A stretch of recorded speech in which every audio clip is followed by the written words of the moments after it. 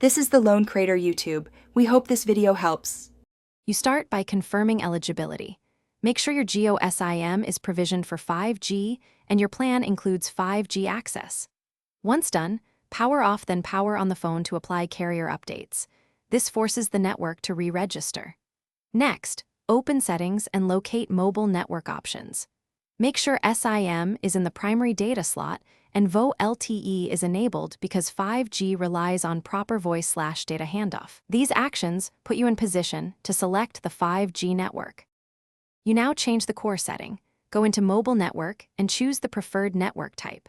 On most phones, pick 5G/4G/3G auto or NR/LTE auto. This allows the device to connect to 5G NR when available while falling back to 4G. If your phone separates standalone and non-standalone modes, pick non-standalone for wider coverage unless Geo specifies SA. After selecting, toggle mobile data off and on or restart the phone, so the modem negotiates a fresh connection. You finish by confirming connection. Look for the 5G or 5G Plus icon and run a speed test to validate throughput. If you do not get 5G, reinsert the SIM and check for carrier settings or firmware updates because those often enable NR bands.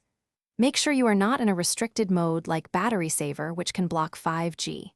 If problems continue, note your phone model and IMEI. Then contact Geo support so they can verify provisioning and radio parameters for your SIM. Thanks for watching. Consider subscribing if we helped you.